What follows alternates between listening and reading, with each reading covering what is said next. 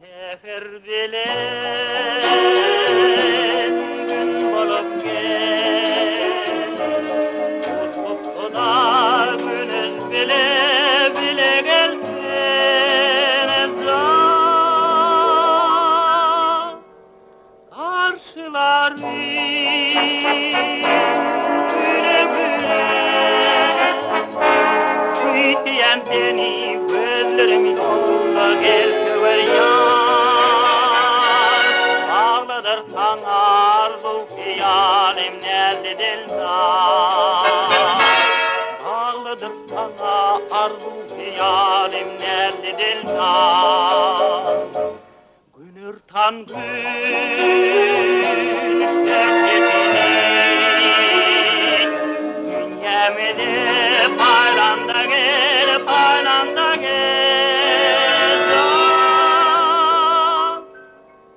Bağdı bülbül paylanda gel, tütüyen seni gözlerim yolda gel sever yar.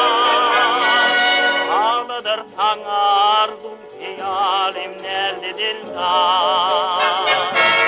Ağladır sana arzu hayalim nerede dildan.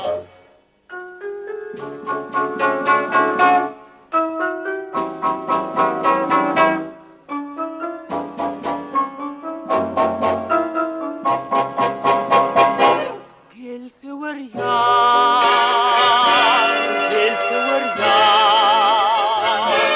Arzu hayalim nerede dildarım gel sever yar. Ovamıza bir aşıkların doşanda gel, doşanda gel can.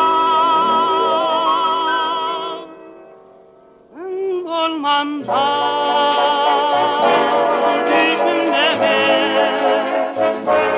tüyleyen seni gözlerim yolda gel sever yar. Ağladır sana arzu hıyar.